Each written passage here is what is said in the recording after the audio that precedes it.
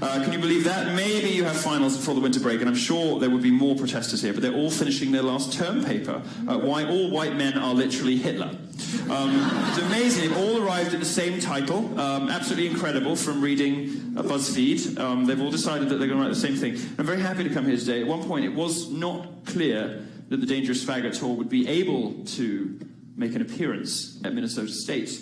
Your school tried to join a growing wave of universities imposing last-minute security fees on the events, as though there was any risk to anyone at these events except to us from crazy students that the university have enabled.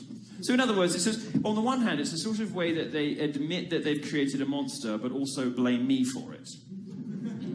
We have no faith that the insane social justice lunatics that we have pandered to, funded, and provided for will be able to restrain themselves from physically assaulting you. So we're going to charge you $2,000 3 days before the event. You know, and if you can't afford that, Milo can't come. Well, there's a reason that Fire.org calls this censorship by another name, free speech. But fortunately, your school has rolled over, and you do have a very free speech-friendly president, I understand, who was instrumental in getting this restored. So thank you to him, and that's very, very good news.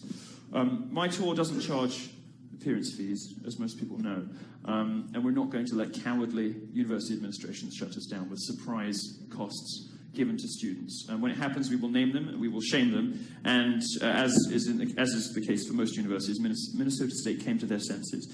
I mean, it just makes me... Do I look dangerous to you? Do I look dangerous? Is this the face of somebody who needs to be kept to... What? Is this the face... Somebody had a little episode in the back. Is this the face of somebody that students need to be protected from? Well, maybe now you think of it, but nobody needs security just because the speaker is conservative. Get a grip, and anytime your colleges claim that this is the case, ask them, when was the last time that a liberal, that a progressive, that a left-wing speaker had $2,000, $3,000, or $8,000 worth of security fees imposed on them at the answer, of course, will be never. Now, Minnesota was in the news again last week involving the other school I spoke at, the university. When, I ask you, did the customer is always right become the customer is a bigoted, hate-filled Nazi misogynist? When did that happen? Excuse me. When did that happen? Sooner or later, advertisers are going to start thinking with their pocketbooks instead of their politics. Conservatives like you are a huge market. In fact, you are the market because you actually have jobs. You can buy things. You can buy things.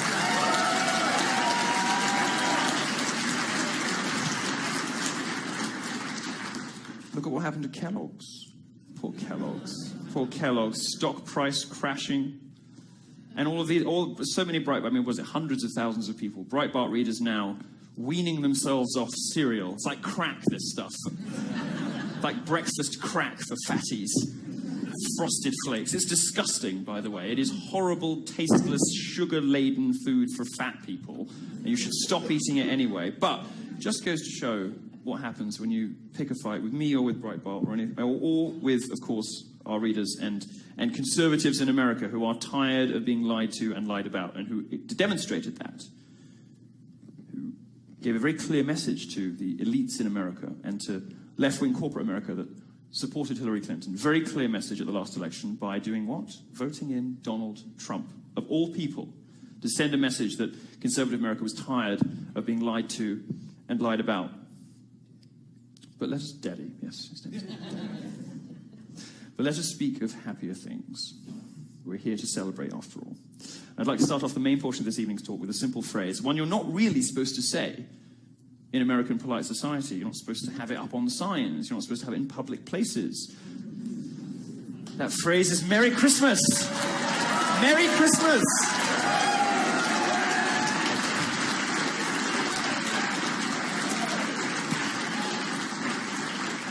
Now, to many liberals, this is going to be the most triggering thing I have said on my entire tour. And I have said some pretty triggering things. I've said some pretty bad things about feminists, lesbians, hate crime hoaxers. The first three are all the same people. Muslims. Bit quieter, bit quieter. Cyclists, Democrats, the unemployed, vapors, the obese, cross-dressers. You name it. Anyway, Donald Trump, Daddy, has made no bones about... No, that's what I call him. You don't know that? No, I made that up. If you've ever seen that somewhere, you know, I made it up because it annoys everyone. Like, there's literally no one who isn't irritated by it. Like, well, what do you mean? That's kind of sick. And I'm like, well, he's just Daddy, isn't he? He's just Daddy. He's just Daddy. Look at him. Look at him. It's just Daddy.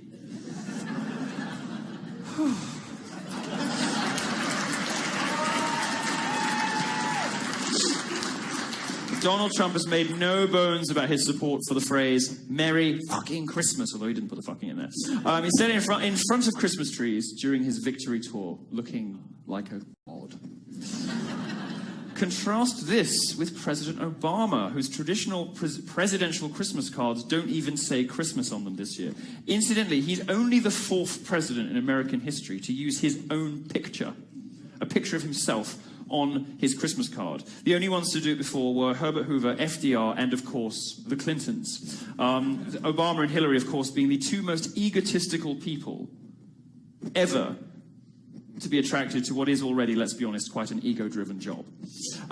If Hillary had won the presidency, her Christmas card, of course, would have had her, it was a bit of a helicopter panorama of her and her 128-strong medical staff. That would have been a nice one. They'll take the picture from the helicopter. Bill still wouldn't be in it. Maybe Chelsea's dad would. Just saying. I'm just saying. Well, you're allowed to say about the Palins. We can say it about you. Go fuck yourselves. Now, as recently as a few years ago, I thought the war on Christmas was a bit of a joke. I'll be completely honest with you, but it isn't. It is...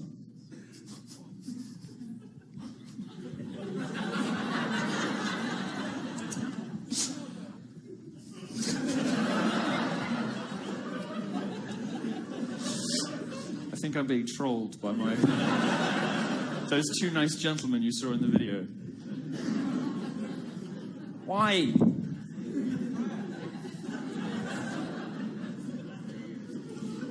Good looking, how can he be the progeny of that old thing? Charles looks like a gonad. Harry's, you know, the only hot ginger ever to have lived.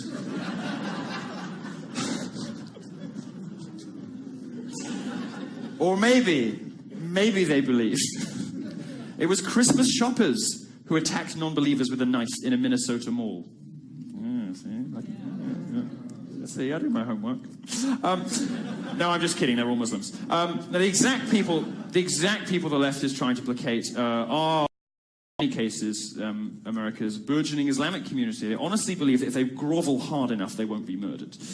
They also believe if they squeeze their eyes hard enough and say magic words, Tinkerbell will make Hillary Clinton president. But alas, neither is true. So it's not a leap to think for liberals that Muslims will someday love gays. They'll just magically wake up one day and be totally cool with the whole dick-sucking thing. If only they hug them hard enough. Well, newsflash, ladies, it's not a boner, it's a bomb. I told you I've been let off the leash this evening. Now, just like feminism and identity politics, the left has concentrated its efforts on young people like you. An annual poll Religion Research Institute shows that 66% of Americans under 30, so you lot, all of you, support saying Happy Holidays instead of Merry Christmas. No. Only 39% of those over 65 feel the same way. Here is a graphical representation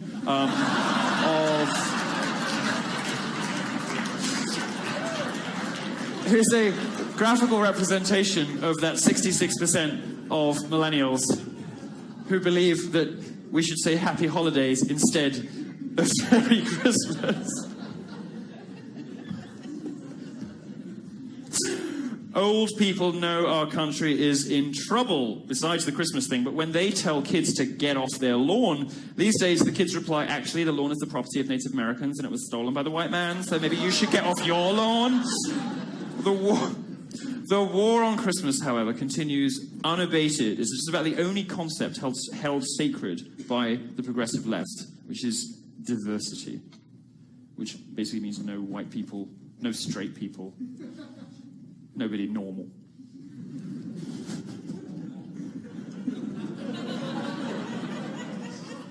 I heard that. Strap yourselves in, there's a lot more coming.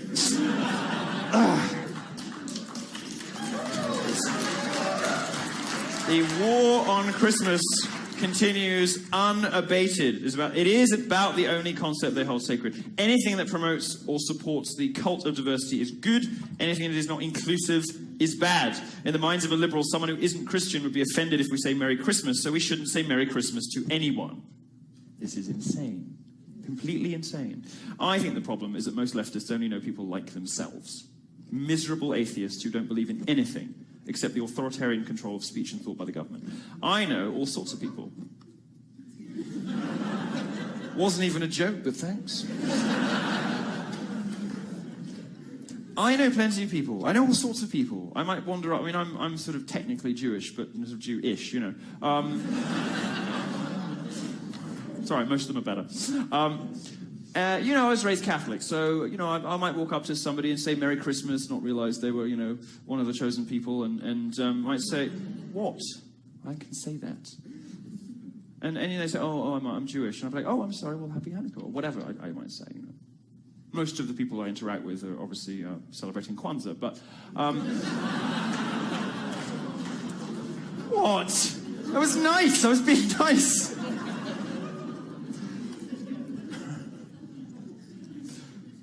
But whatever I say, the normal way to interact with well-adjusted, functioning human beings would just be say, oh, actually, I'm Jewish. Oh, okay.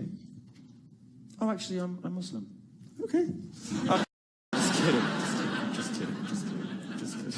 Just kidding.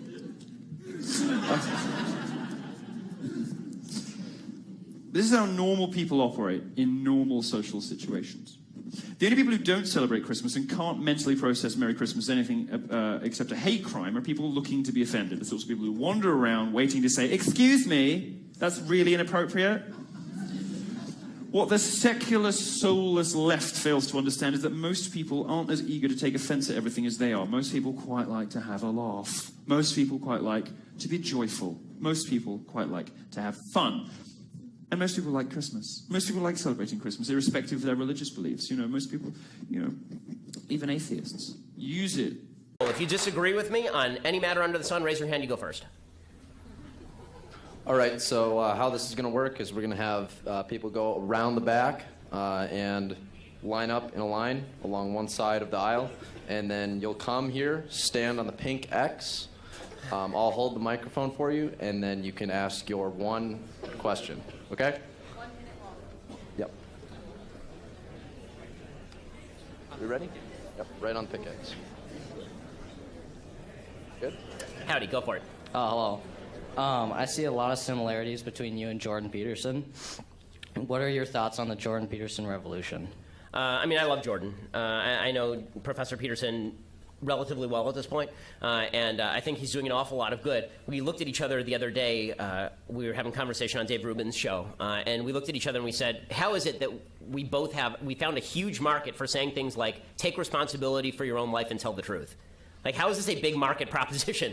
And it just shows the radicalism of society right now, that this is considered an underground subversive thought when you say, you know, make good decisions and maybe you'll have a better life. So the fact that Jordan says that, the fact that I say that, I think that, you know, all credit to Jordan. I think that he's a really interesting thinker. I like his lectures on religion. Our divisions are largely about whether it's a matter of religion being useful or religion being true. But we start from the same fundamental premises about the value of reason in a society that seems to have lost its mind. And so good for Jordan. I mean, that interview with Kathy Newman is everything, right? The interview with him on BBC, which I talked about on my show, is just spectacular because being Kathy Newman is something that everybody on the right has to go through. If you're on the right, the media will take your views, pretend that those are not your views, that instead what you actually believe is something vile, evil, and nasty, and then attribute those views to you in front of you. And Jordan is one of the people who I've sort of deemed the Bartleby group for fans of Melville. There's just a certain group of people who just say no. Right? I'm not going to do that. And Jordan is one of those people. I think there are people on the left, by the way, who are like this. I think Sam Harris is one of those people, somebody who I disagree with strenuously on a lot of topics. But when he was on with Bill Maher and talking about the problems with fundamentalist Islam, and Ben Affleck went after him, he basically said, no, I'm not going to do that. And I think that a society that's so skewed that simply saying no to basic propositions that are false is now popular. It says more about our society than it says about either Jordan or me. We were looking at each other and going, are we the best that society has to offer right now? Are we the best thinkers? Because if so, we are so screwed.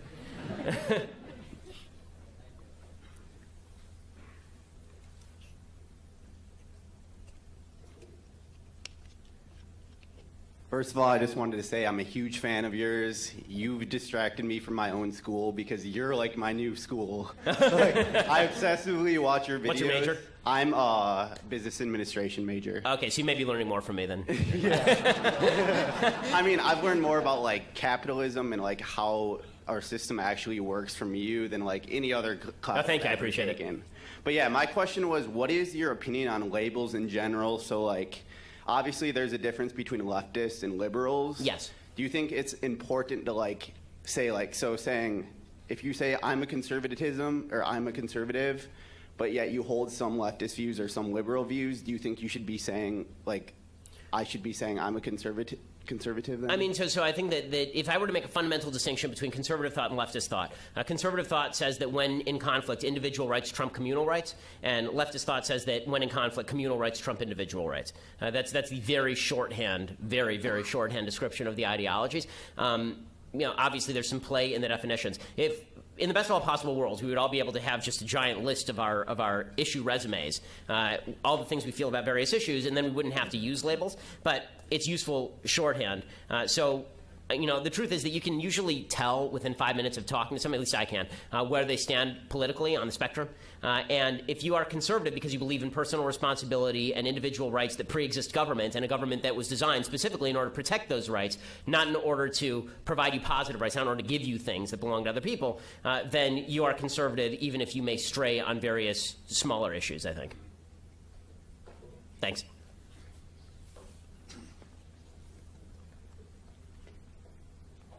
Hey, Mr. Shapiro, thanks for coming. It's a great honor to listen to you speak and thank you.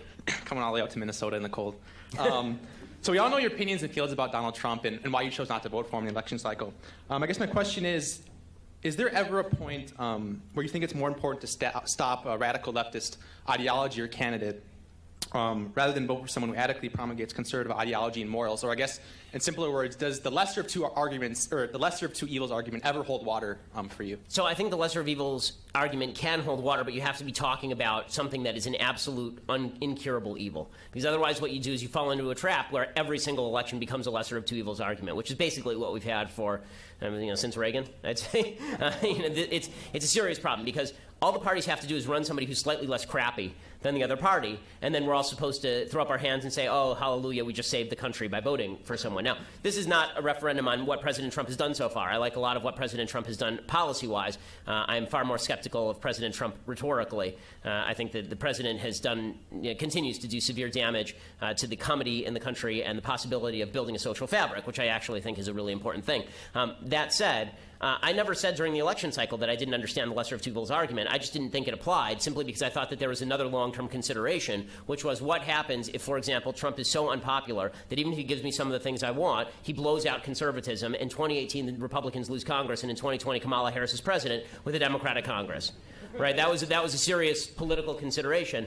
Also, there are serious considerations about the views of young people that are being shaped right now in electoral politics. If they look at President Trump and they see him as the face of conservatism, is that too toxic? And is that going to be what people see of conservatism now? Is the guy who, during the campaign, pretended he didn't know what the KKK was, for example, right? That was my main critique of Trump as a candidate. Now, we're a year and a half past his election, and there's new evidence. So some of the evidence suggests that he is actually governing like a conservative. I think a lot of the damage that I was afraid of him doing to the country basically has already occurred. So the question is, how much more damage can he do to the country on some of these levels? I don't know that the answer is all that high. I think that he's basically become, what I've said is he's now the strong, efficient markets theory, right? That all the information is now priced in. He could legitimately shoot someone on Fifth Avenue, and no one's opinion of him would change. Right? He could come out front of the White House and strangle puppies, and everybody who likes him would say that puppy absolutely deserved it, and everybody who dislikes him would say that he does this on a routine basis. We'll have to evaluate where we are in 2020 because it's 3 years away. But in answer to your original question, does it ever apply? Yes, it applies. But I think that we have to be very sparing about its use because it's very easy to move from lesser of two evils argument to the end justifies the means. Right? Those two arguments are closely related, and the ends justifies the means argument is one of the most dangerous arguments a human being can make. Would you vote for Donald Trump if the election were today? If the election were today, I'd lean toward it. Because, again, I think that the president has done a lot of things I didn't think he was going to do. And I think that the system has constrained him in ways that, were unforeseen. Also, I think most of the damage that he has done and continues to do has already been done.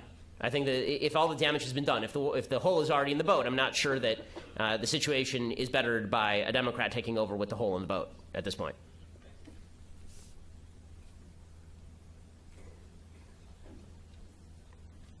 All right. I'll preface my question by saying that I admire your work for a number of different reasons. And perhaps what I find most admirable about you is your strict sense of ethnic and religious identity as a Jew. Your Jewish background has clearly played a significant role in influencing or shaping the political, social, and cultural ideals and values that you have, as well as your support for Israel as a nation state.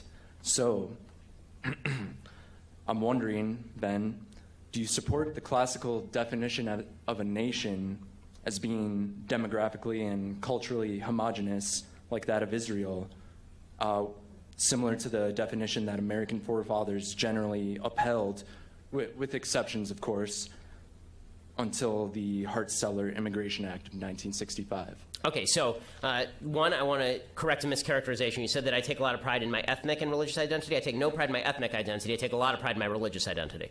So there are a lot of people who have been born Jews who I just don't care about. Right? Like Noam Chomsky was born Jewish. He's a schmuck. Like I don't care at all. Bernie Sanders, born Jewish, schmuck. Like I don't. So the point that I'm making is that religious identity is a different thing because that's a set of ideas and values. Religion is creedal, in the same way the American Declaration of Independence is creedal. So when it comes to the definition of a nation, I would say that it is very important that a nation have a creed in common. I'm not particularly interested in having an ethnicity in common. When they say that Israel, for example, is ethnically homogenous, that's just not true. Israel is filled with Russian Jews and Ethiopian Jews and Yemeni Jews. My wife is a Moroccan Jew. So just because they all have a religion in common doesn't make them ethnically identical by any stretch of the imagination.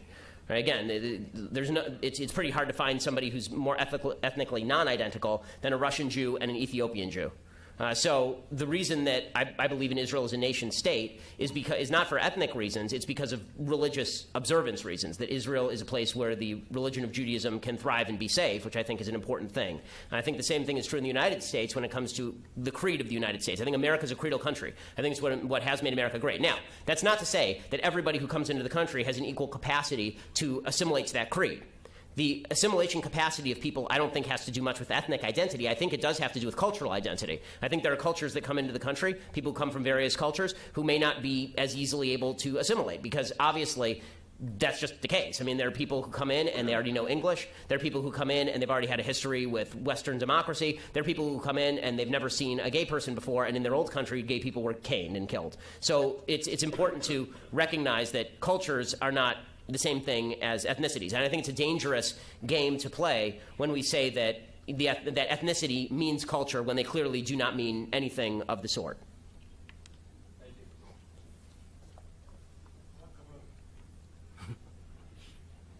Hey, Ben. How are you? Doing okay. How are you? I'm good. So unlike everyone else here, I'm actually a high schooler. I'm the secretary of our Young Americans for Freedom Charter. Great. And we fought really hard to try to get you to come to our school, too, but they shut us down every way they could.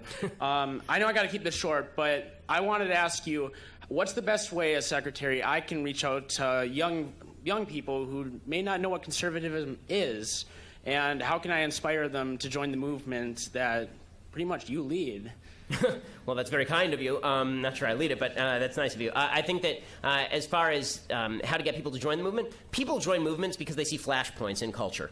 Right? The way that people most engage, I can tell this from the way that people sort of find my content. Most of the people who listen to my show, for example, originally engaged because they saw a short video of me on YouTube or Facebook talking about race or transgenderism or something. And then they used that as sort of a gateway drug to actually see the rest of what I was talking about. And I think that the same holds true for politics in most situations. So the important thing if you're pushing conservatism is to find the flashpoints. This is true for everybody in politics, right, left, and center, so it's also true for conservatives. And that is you find a flashpoint that inherently supports your position, and then you say this is why you need to get politically engaged.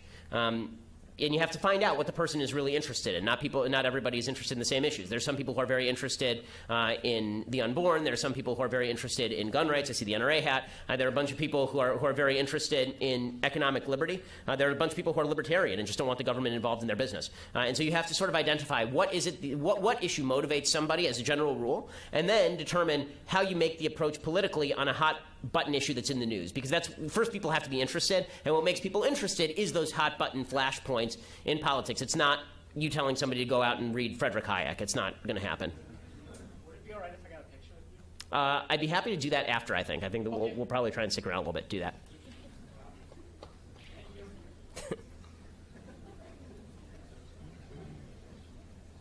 Hi. Howdy. So let's say hypothetically there's a young man here who is dating a young woman who tends to lean very far left.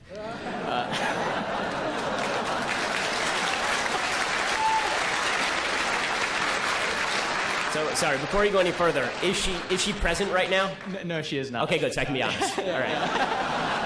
All right, so how might, do you have any advice for how this young man might go about exposing her to some new ideas without the relationship crashing and burning? Oh, you're an optimist. Okay. So, you, my friend, are making a very large mistake.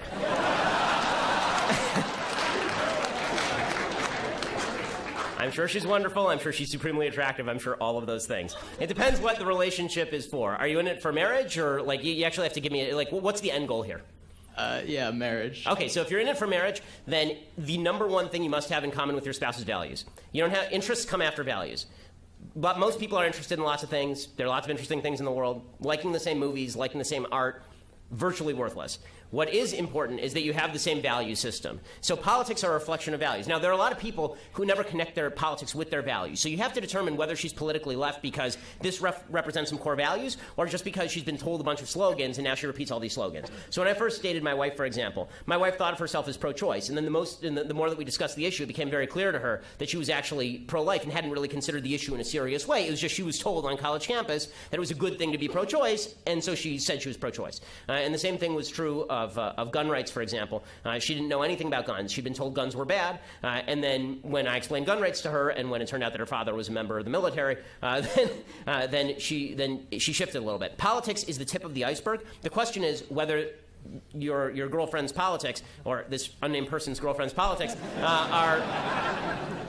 are a floating bit of flotsam on the top of the ocean, or whether there's actually a structural underpinning for what she's thinking. So you first have to determine that. If there is a structural underpinning, and if she really believes this stuff on a strong level, you're really going to have to think about whether this is something you want to go through for the next 80 years. Because when it comes time to raise your kids, forget about you. Okay, in my view, marriage, not relationships. Marriage is about bearing and rearing children, ideally. Right? My wife and I have 2 children. That is the end goal of marriage. That is the telos of marriage. Marriage was created so that we could bear and raise our children. And that means that we have to have very similar perspectives on how we want to raise our kids. Now, if you want to raise your kid with traditional ideas of virtue and decency, and she wants to raise your kids with traditional ideas of multiculturalism, for example, then and all cultures and all opinions being equal, all behavior being equal, this is going to be a real conflict when it comes time to parent your kids. So you have to ask yourself 2 questions. 1, is she movable? And 2, if she's not movable, what is your end goal here? Because, there's lots of fun to be had in life. But when it comes time for marriage, marriage is, as all the married people in the room know, marriage is not the time for fun. Marriage is, when it comes time for marriage, not totally true. I love my wife and we have a great marriage. But, see, I know she's watching. But when it comes time for marriage, it is deeply important that you put values before all of the other ancillary things. If you have values in common, your marriage can outlast anything. If you don't have values in common, then the first break and the thing's over.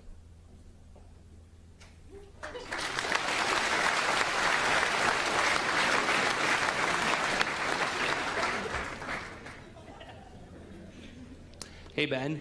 Hey. I'm the founding chairman of the Young Americas for Freedom here on campus.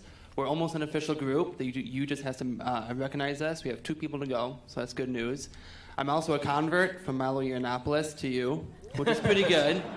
But my question... you discovered virtue. Congratulations. Yes. Thank you. One issue here on campus is renaming buildings. One of our buildings is named Kaufman Union. It's after one of our former presidents, and he's been accused of racism and anti-Semitism. In your opinion, should we apply today's values to the past in renaming monuments and buildings? So, as a general rule, I think not. I think that monuments, the names on buildings, this is actually a good educational opportunity. I don't like the phrase teachable moment, but they usually are. So this idea that we're going to chip off all of the names from old buildings, I think that's foolish. I think it's actually very important as a country for us to face up to the problems that we've had in the past. So over at Princeton, there's the Woodrow Wilson College over at Princeton, and they were talking about whether they were going to chip his name off the building. I think Woodrow Wilson was one of the worst presidents we ever had. I think Woodrow Wilson was a terrible human being. But I think it would be important to actually mention that. Right? He was the president of Princeton, and I think it's important to say, listen, there was a time in our history that racism was not just a thing, it was a dominant thing. There was a time in our history where the First Amendment was not protected. There was a time in our history where the birth of a nation was screened in the White House by this guy. Right? The movie about the glories of the KKK was screened in the White House for Woodrow Wilson. I think all of that is useful, and I think all of that is good, because if we don't know our history, number one, we don't know how far we've come, and number two, it's a reminder of how things can go bad if we revert back into our tribal nature. So I don't know anything about the person who you mentioned, but if it turns out that person did a lot of terrible things, then I think it's important to recognize that people are people. There's a mixed legacy usually with a lot of these folks. Thomas Jefferson was one of the great thinkers in human history, and he held slaves, and he had 6 children by Sally Hemings. That is a horrible, evil thing to do. But that doesn't mean that everything that he ever did was terrible. So I think that it's important that we recognize what we've done right in the past, what we've done wrong in the past, and it's a mistake to obliterate history. I just think it's and that's not just my perspective. That's the perspective of Condoleezza Rice, who said the same thing, and I think she's absolutely correct.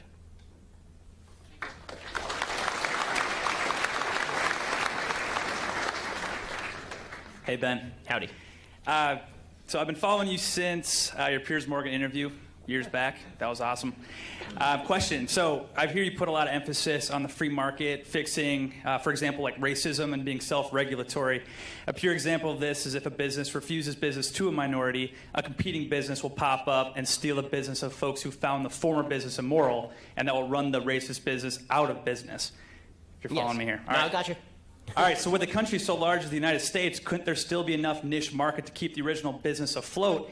If there is enough of a niche market to keep it afloat, does the government have the responsibility to make it illegal to refuse service based on the color of someone's skin, or do you see that as government overreach setting bad precedents? So I think that there's certainly niche markets for racism. I mean, there's still people who sell racist crap online and do just fine with it. But the question is, are these people who are going to thrive? And also, are we willing to sacrifice your right to freedom of association in order to crack down on a few bad actors? And this is always the question when it comes to rights. It's the same question with gun rights. Are we willing to crack down on hundreds of millions on 100 million gun owners in the United States in order to get the few bad actors? Are we willing to crack down on freedom of association for hundreds of millions of people in order so that we get a few bad actors, particularly when the market prevents these people from becoming wildly successful? They are punished by the market because if you're a racist, you can only cater to that niche as opposed to being able to cater to a broader possible audience. The best example of integration, by the way, through the free market is Woolworths, the Woolworths counter, which was boycotted in 1960 before the Civil Rights Act by a bunch of black students who walked in and they said that they wanted to be served. And the restaurant said, well, by local law, we cannot serve you. And they said, well, we're just going to sit here until you do. And pretty soon the entire Woolworths chain changed its segregation policy. And that's because there were a bunch of people who said, we're not going to shop there anymore. Right? The Montgomery bus boycott is another example of this sort of stuff working. I think that is effective. I think it's actually more effective now than it was then, because then you were at least bound by location. Right? What if there was no competing business that could find a place to rent across the street? Now everything's online. So you can get anything online. Now, all these people who are walking into Christian bakers and demanding that they serve their same-sex wedding. First of all, if you can't find a gay baker in the United States, I don't know where you live. But second of all... But second of all, there are lots of cake-making companies that you can go online and just buy a cake from them. And if that Christian is willing to lose the business, well, then the Christian's willing to lose the business. It seems to me that's a much better cure for the problem of supposed discrimination than saying that we are going as a government to regulate who you can and cannot serve as a client. As I pointed this out to Jimmy Kimmel, who was doing this, one of my favorite punching bags. Jimmy Kimmel was saying this about exactly this case with the gay bakers. And I said, well, Jimmy, I would like for you to write me a comedy routine about the nastiness and horrors of Hillary Clinton and Barack Obama, and I demand you do so right now. Right? This is your skill set. How dare you deny me service? Just because I'm a conservative, you're going to deny me service? That's discrimination. How could you do such a thing? The same principle that allows Jimmy Kimmel to refuse me service allows the Christian couple to refuse to serve the same-sex wedding. And I'm pretty extreme when it comes to the freedom of association. I think that you should be able to reject anybody from your business you want to, even if you're a piece of crap and you reject people you really shouldn't. Are you still going to push for a debate with Kimmel? Oh, I'm happy to debate Jimmy Kimmel anytime, anywhere. He can wake me up in the middle of the night. Let's do it.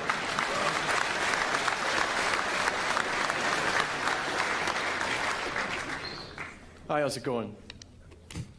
So yeah, I was a socialist in 8th grade, actually, until I got cognitive dissonance watching your Piers Morgan interview. Mm-hmm. But since then, I'm a senior now in high school, and I founded the YAF chapter. And good for you. That's great. So yeah, I mean, it would be great if we could get a photo for publicity. It'd be great for the city. Yeah, like I say, we'll try and get some photos afterward. But so yeah, when you're arguing with atheists, in the end of the argument of morality, there's almost always a concession that there's no objective right or wrong. As a Christian or a religious person, how can we prove that there's an objective morality without explicitly citing religion? So there's two basic approaches to morality, both of which rely on an unmoved mover. One is the more secular Greek approach, and one is the Judeo-Christian approach. The Judeo-Christian approach is revelation, right? Either in the Judaic version, God came down on a mountaintop and informed people what was good and what was right and what was wrong, and what we should do and what we should not. And in the Christian version, Jesus came to earth and gave a moral code. So there's revelation, and then there's the Greek teleology, which essentially suggests that there's an unmoved mover that caused the universe to be the way that it is, and in the very nature of the universe itself, you can discover rules for living. So this is the difference between the Aristotelian good, for example, and what you would consider just moral good. So you might say that something happens and that's bad or that's good. What Aristotle would say is it's not that something happens and it's bad or good, it's fit or unfit, meaning that certain things are created for certain purposes. So, for example, what makes a shovel good is its capacity to dig, right? So a good shovel, the way he uses good is this way. A good shovel is a shovel that you can dig with. A good man is a man who can reason, right? Because what man is uniquely created to do is reason. What human beings, or people, as Justin Trudeau would say, are capable of doing is reasoning. And so the more you use your reason, that is what you were put on earth to do, and then you can derive a certain set of rules. People were meant to do justice based on the nature of who people are. People were meant to get married and have babies based on the nature of what sex is. Right? So you can derive some rules from that. Now, that was basically, I would say, torn apart by a lot of Enlightenment thinkers, ranging from David Hume to Voltaire to Spinoza. But I don't know that they sufficiently reject that argument, because then they go find a moral system on their own, or either they find an arbitrary moral system or they try to reconstruct a moral system based on premises that are not available in nature. Right? They try to set up universal principles like Kant tries to do, but that's a universal principle Kant came up with, so it's inherently subjective. So if you want an objective morality, you either have to go to the nature of things and try to derive from the nature of things what you ought to do. You have to connect to is and ought in a way that David Hume would not like. Or you have to go to Revelation and say, here is what God actually said to human beings and instructed them to do. Now, the good news is that the vast majority of things that the Greeks thought were good are also the same things that are thought good in Judeo-Christian systems of thought, which is what Aquinas says, what Maimonides says, it's what Augustine says, even though he's attempting to draw some distinctions. Christianity, historically speaking, was maybe the first attempt to actually meld the thought of Judaic thought with Greek thought, which is why the New Testament is written in Greek as opposed to being written in Aramaic or Hebrew, which was the parlance of the time. So all of that is a very long way and a historical way to say that no one has yet come up with a system of morality that is objectively verifiable and that actually gives us all the things we want outside of the history that I just gave to you. So this is what I said to Sam Harris. So Sam Harris comes to a lot of the same moral conclusions that I do, right? That we have individual rights, and that we as individual human beings shouldn't hurt each other, and that we have the right to free speech, and that we have the right to property. And what I said to him is there's an entire 3,000 year history to get us to those rights, right? Born out of Judeo-Christian and Greek thought. And you're just taking the cherry off the top and proclaiming that this is obvious to everyone. And clearly that's not the case, because for the vast majority of people on Earth for all of human time, that is not true. And this has been our main disagreement. And again, I think that it's very difficult for Sam or for atheists generally to get to a moral system that is not arbitrary. It may be a system that I agree with. They may have morality that I agree with. But it's hard for them to say this is objectively true on any level without some appeal to either the nature of things or some appeal to God himself.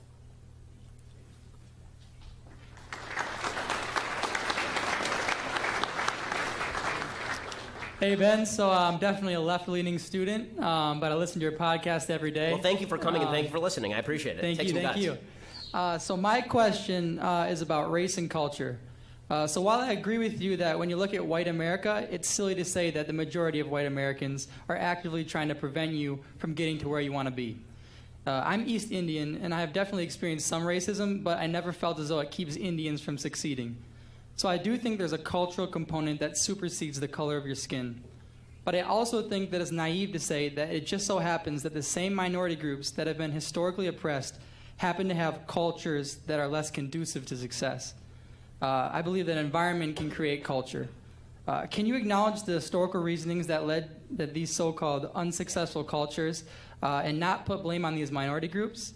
I know that in your heart, I don't think you're a racist person, but in my opinion, to blame people for their failure, for their cultural failures, without taking into consideration historical, the history in general, conceals a lack of empathy and sort of hints at racism. Okay, so I'll fight back on the last point that there's anything to do with empathy or racism here, but I fully agree with you. Like 100, not like 90%, like 100%. I think that bad cultures are generally the result of bad things that have happened in the past or bad modes of thought that have prevailed over time. So, for example, there's a great book by Thomas Sowell called Black Rednecks and White Liberals, and that book essentially suggests that a lot of the pathologies that exist about single motherhood, for example, in the black community, or high rates of violence, are actually outgrowths of a slave and post-slave culture that was imposed by a white society that didn't bother with policing, that didn't care about inculcating morals or virtues in slaves. Obviously, they actually actively fought against it because they didn't want that to happen. And so there was an active fight from against assimilation by white people, and that created an underground culture that's really bad, and that exists in parts of white America, too. It exists in Appalachia. So yes, I think bad cultures have nothing to do with race. I don't think that just because this is why I'm saying I don't know why it borders on racism to say the cultures are bad. Like, some cultures are bad, some cultures are good, and that has nothing to do with race. Charles Murray wrote an entire book called Coming Apart about pathologies in white communities that are really destructive. So bad cultures do arise very often from historical circumstances, including historical discrimination. What I say is that today there's nothing preventing an individual from superseding the culture in which you grew up and making good decisions.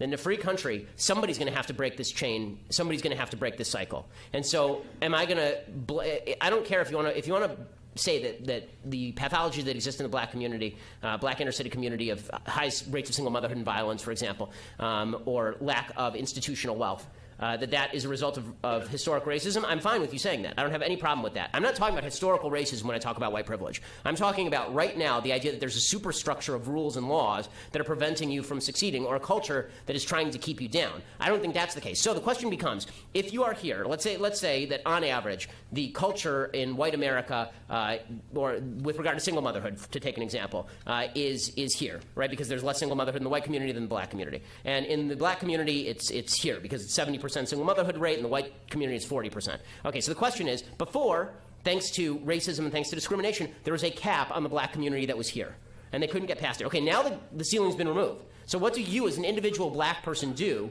to change your life? And I don't think it's helpful, and in fact I think it's actually quite hurtful, to spend an enormous amount of time talking about the legacy of discrimination and racism instead of talking about what can you do right now to fix your problem. You know, this is a general issue that I have in all of my relationships. When my wife comes to me and she says, there's a problem in my life, before we even have the conversation, I say to her, is this a listening conversation, or is this a you want me to fix it conversation? And I think that when it comes to politics, there should be far fewer listening conversations like, I want you to tell me about all the crap that's happened to you, because I don't care. I mean, I care, but it doesn't. But now the question is, what you going to do? Right? That's a much more important conversation because we only have 5 minutes together. Is that 5 minutes going to be spent on all the terrible things that happened, which I fully agree with, that I would have fought if I were there, but I wasn't? Right? Are we going to spend 5 minutes talking about all the terrible things that happened to blacks and Jews and gays and women and Hispanics in the United States? Or are we going to talk about right now what you can do to succeed? Because I don't think that the rules are holding you back. So I've never, ever, at any point suggested that there's not been historic discrimination against black people, or even that current-day poverty is at least in part an outgrowth of that historic discrimination. What I have suggested is that if you're using that historic discrimination as a reason why you are not, as an individual human being, becoming more income mobile and not making good decisions, no one is making the call for you right now as an individual to get that girl pregnant. And that's the argument that I'm making. Can I say one thing? Sure, yeah. So I guess, like, would you... Like, so you have to admit, though, that between different races and different cultures, there are different levels of success, and there's definitely, you would expect that somebody who grows up with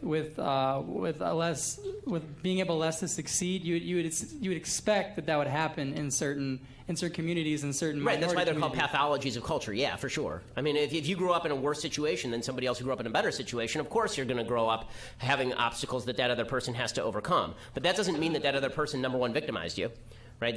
There's no one in America today, for example, who's enslaved a black person that I know of, or if they have, they'd be in jail. I'm sure that nobody in this room, right, none of the young white people in this room were alive during the times of Jim Crow. So the question is, do we take away from the white people in this room to rectify historic injustices, or do we recognize that history is filled with historic injustices, and now we're going to have to find a way to overcome those obstacles together without redistributing income, for example? Now, I have called for movements, for example, for companies to go into inner cities and make a deal with students in inner cities and say to them, listen, you get good grades and we'll pay for your college, and then you come afterward and you work for us for 3 years to pay off that debt. And I think there are things that we can do in the private sector. This is why I think religious communities are so important. I'm not against charity. I'm not against us as individuals going out and helping people. What I am against is the idea that the government can fix this problem, because the government cannot fix historic inequity. All the government can do is set the rules at an equal level, equal law, equal judgment under law, equal justice under law is the only way that we're ever going to approach anything that looks like a fair society. There's no such thing as a fair society where the government plays God and gives some to others and takes from others. So would you say that we should, like, other people who are not, in an oppressed state, they should wait for other people to pull themselves up? Do you think that's how we should solve it, or do you think there is a moral I think every culture in responsibility? American history, every individual in American history who has succeeded has had a combination of people who help them out, not in the government, people who help them out, and their own capacity to bootstrap it. And when my great-grandparents got here, they were dirt poor and didn't speak English. Great-great-grandparents got here. They were dirt poor and didn't speak English. This is true for virtually everybody in the room, right? At some point, somebody came over here and they were dirt poor and didn't speak English. And that doesn't mean that on a generational level, people are going to go from 0 to 100. But it does mean that we're going to need to move in the right direction as opposed to sitting around and talking about historic injustice all day, because that doesn't get anything done. Thanks so much.